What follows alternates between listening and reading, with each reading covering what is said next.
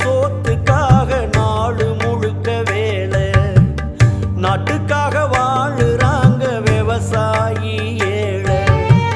ரத்தத்தைய வேர்வை போல சிந்துறாங்க பூமியில, கஷ்டப்பட்டு பலனும் இல்ல, கண்ணீரு தான் கண்ணுல.